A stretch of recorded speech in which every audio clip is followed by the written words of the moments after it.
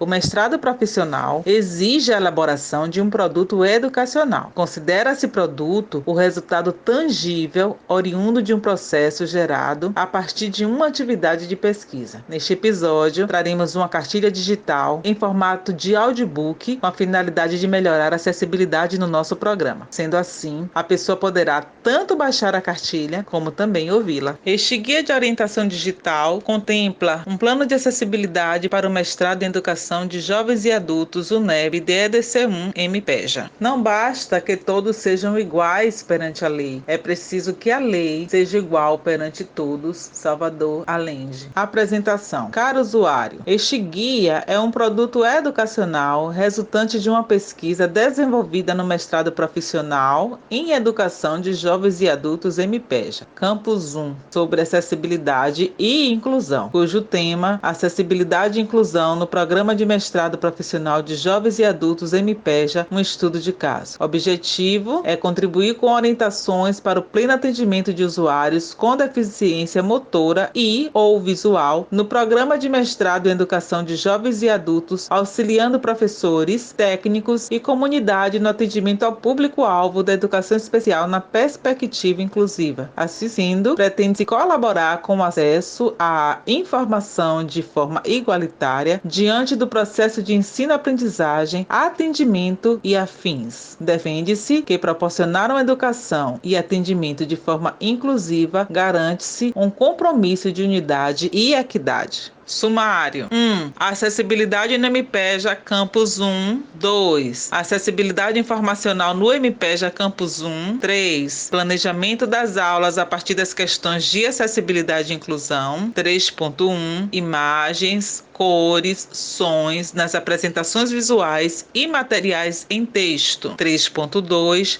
Formatação, organização e diagramação de textos. 3.3. Acessibilidade em produções audiovisuais. 4. Atendimento dos tradutores e intérpretes de Libras. 4.1. Docente. 5. Materiais didáticos e referências bibliográficas. 6. Plataformas e redes sociais. 7. Orientações para técnicos. Referências. 1. O Programa de Mestrado em Educação de Jovens e Adultos MPEJA, ligado à Universidade do Estado da Bahia, conforme informações coletadas no site da instituição, com 38 anos de existência, a universidade de todos e para todos, cada vez mais democrática e inclusiva, o que configura o compromisso com a educação inclusiva e o cumprimento das normas da acessibilidade para o cumprimento de diligências acerca da acessibilidade. Percebe-se na UNEB Campus 1 a tentativa de desenvolver ações que propiciam uma educação inclusiva. Este guia é um instrumento feito no âmbito do MPEJA que visa contribuir para a inclusão e a acessibilidade. 2. Acessibilidade informacional no MPEJA Campus 1. O mestrado profissional em educação de jovens e adultos, MPEJA, visa a produção de conhecimentos, a atualização permanente dos avanços da ciência e das tecnologias, a formação e o aperfeiçoamento de profissionais na área da educação de jovens e adultos, atendendo às demandas sociais e profissionais. O curso tem como objetivo geral a qualificação profissional de recursos humanos com capacidade científica, didático-pedagógica, técnica, política e ética para atuar no ensino, na pesquisa, na extensão e na gestão na área da educação de jovens e adultos, atendendo às peculiaridades deste campo e aos novos paradigmas educacionais para esta área. 3. Planejamento das aulas a partir das questões de acessibilidade e inclusão. Orientamos aos coordenadores, técnicos e aos docentes a atentar para as questões de usabilidade dos ambientes virtuais e exposições de aulas em PowerPoint pelos discentes com deficiência e ou necessidades específicas. Salientamos que, no momento de planejamento das aulas, da escolha de uma ou mais plataformas ou ambientes virtuais de aprendizagem, da definição das atividades, de recursos e de avaliação da aprendizagem, deve ser observadas as questões da acessibilidade.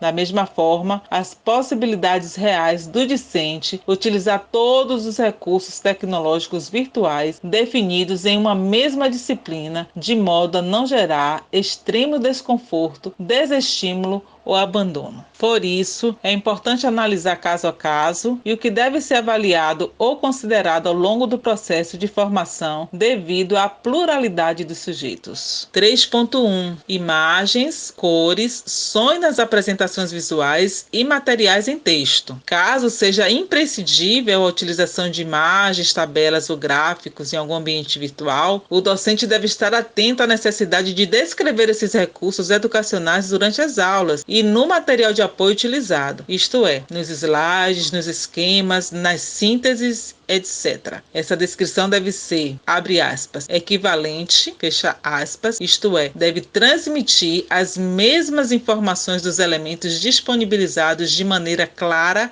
e simples. No contexto da sala de aula virtual ou não, com o discente cego ou com baixa visão, expressão como abre aspas nesta imagem, fecha aspas, abre aspas, como vemos na ilustração, fecha aspas, ou abre aspas, aqui vocês veem, fecha aspas, devem ser substituídas pela descrição da imagem. Pode-se estimular a turma da sala de aula a participar do processo de descrição dos elementos visuais, incentivando a cultura da inclusão, em que todos possam ser autores. Algumas dicas de descrição de imagem em sala de aula estão pontuadas a seguir. Inicie informando qual tipo de imagem: fotografia, tira, gráfico. Informe as cores existentes na imagem. Descreva a imagem da esquerda para a direita e de cima para baixo. Descreva o primeiro plano da imagem antes do plano de fundo. Inicie a descrição de tabelas e gráficos pelas principais informações. Evite adjetivos, advérbios e pronomes possessivos nas descrições. Cite os detalhes essenciais da imagem, mesmo que ela possua muitos detalhes. Dê preferência ao uso da terceira pessoa e o tempo presente nas descrições. É importante lembrar que a descrição deve auxiliar na tradução visual de uma imagem através de palavras concisas, claras, corretas, vívidas e específicas. Vieira e Lima, 2011. Figura 1. Exemplo de descrição de imagem. Fonte: Ferraz, 2011 e Apud Mota, 2016. Descrição: a charge de Ricardo Ferraz mostra um jovem de braços abertos, bem abertos, de frente para uma janela aberta, por onde podemos ver o globo terrestre e o sol brilhando. Mota, 2016. Audiodescrição da figura 1. Notas introdutórias. Obra do cartunista brasileiro Ricardo Ferraz, 2011. Ela é citada por Lívia Maria Vilela de Melo Mota na obra, abre aspas, Audiodescrição na escola, abrindo caminhos para a leitura de mundo, fecha aspas, 2016. Imagem em formato paisagem, de um desenho em lápis grafite no fundo branco. O desenho mostra um homem em pé, de costas para o observador, com os braços abertos, vestindo camisa de mangas curtas. Acima da sua cabeça há 2 sinais de exclamação. À frente do homem é uma janela aberta. Através da janela e ao fundo, há no canto superior esquerdo o sol radiante e abaixo e ao centro parte de um círculo representando o hemisfério norte do globo terrestre. No canto inferior direito do desenho, o registro abre aspas, Ricardo Ferraz, 2011, fecha aspas. Nas apresentações visuais, devemos evitar o uso de efeito como aparecer e desaparecer, conteúdos em flashes, animações, mudanças bruscas de cor e iluminação de claro para escuro ou escuro para claro, ou ainda apresentar textos com fundos de cor intensa, porque causa estresse e dificuldades de concentração e aprendizagem em pessoas com transtorno do espectro do autismo, TEA, epilepsia, fotossensível e déficit de atenção. Os conteúdos apresentados em aulas síncronas ou assíncronas, em formato de áudio para pessoas surdas ou com deficiência auditiva, também deverão ser descritos através de texto, legendagem, ou janela com tradução em língua brasileira de sinais da comunidade surda, oficialmente conhecida a partir da Lei de número 10.436 de 2002, Brasil 2002, que coadunam com a necessidade do discente. Nesse sentido, se faz necessário saber se o discente é usuário da Libras ou se prefere usar da legenda em língua portuguesa. É relevante frisar que a utilização de apenas um recurso não elimina o outro. Dessa forma, a sugestão é que se opte pela utilização utilização dos dois recursos simultaneamente. 3.2 Formatação, organização e diagramação de texto. Sugerimos que dê preferência ao uso das fontes Arial ou Verdana. Utilize espaçamento entre linhas de 1,5 e construa frases curtas com 15 a 20 palavras. A simplicidade e a clareza da redação sem ambiguidades levam a um rápido entendimento do conteúdo escrito. Facilite o uso do software leitor de tela, que a pessoa com deficiência visual utiliza para ouvir o texto exibido na tela do computador, dando preferência ao alinhamento do texto à margem esquerda da página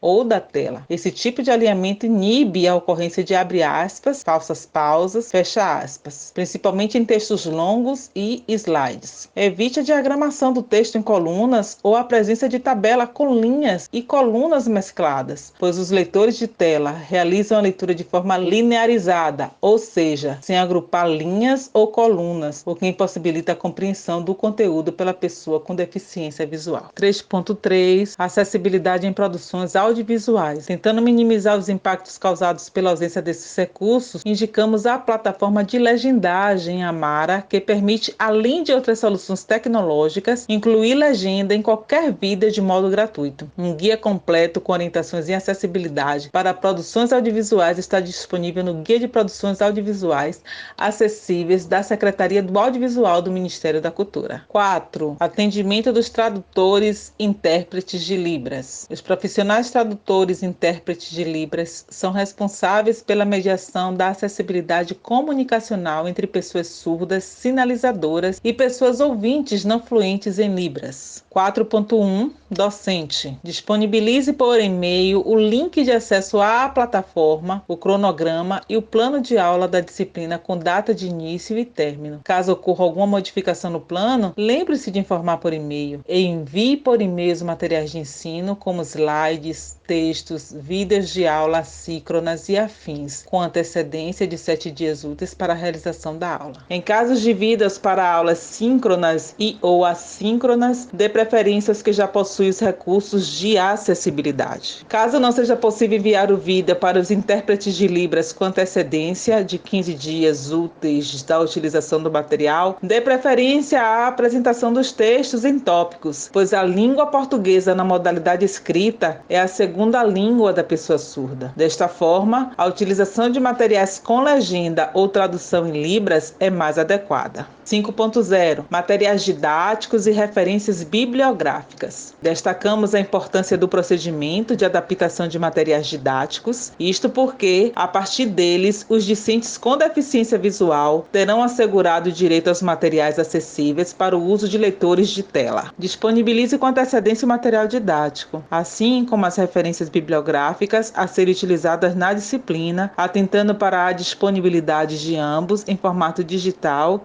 e acessível. 6. Plataformas e redes sociais. Algumas plataformas contam com recursos em acessibilidade como o Google Meet, Zoom, Google Classroom e Moodle. Porém, é pertinente que haja um diálogo com o discente com deficiência no intuito de avaliar se o ambiente virtual adotado é acessível, adequado e pertinente para o processo de ensino e aprendizagem ao qual ele fará parte. Redes sociais como o Facebook e o Instagram contam com uma funcionalidade de acessibilidade para descrição de imagens e permitem a gravação de vídeos. 7. Orientações para técnicos, pessoas cegas ou com deficiência visual. 1. Quando relacionar-se com pessoas cegas ou com deficiência visual, identifique-se, faça-a perceber que você está falando com ela e ofereça seu auxílio. Caso seja necessária sua ajuda como guia, coloque a mão da pessoa no seu cotovelo dobrado ou em seu ombro, conforme a preferência da pessoa a ser guiada. Além disso, é sempre bom avisar antecipadamente a existência de degraus, escada rolantes, pisos escorregadios, buracos e obstáculos durante o trajeto. No corredor estreito, por onde só é possível passar uma pessoa, coloque o seu braço ou ombro para trás, de modo que a pessoa cega possa continuar seguindo você. 3. Ao explicar direções para uma pessoa cega, seja o mais claro e específico possível. 4. Algumas pessoas, sem perceber, falam em tom de voz mais alto quando conversam com pessoas cegas. A menos que a pessoa tenha também uma deficiência auditiva que justifique isso, não faz nenhum sentido gritar. Fale em tom de voz usual. Ao responder perguntas a uma pessoa cega, evite fazê-los com gestos, movimentos de cabeça ou apontando os lugares. 6. Quanto ao cão-guia, ele nunca deve ser distraído do seu dever de guia com afagos, alimentos e etc. Lembre-se de que esse cão está trabalhando e tem a responsabilidade de guiar um dono que não enxerga. Sempre que se afastar, avise a pessoa cega, pois ela não pode perceber a sua saída. Pessoas com deficiências físicas e motora.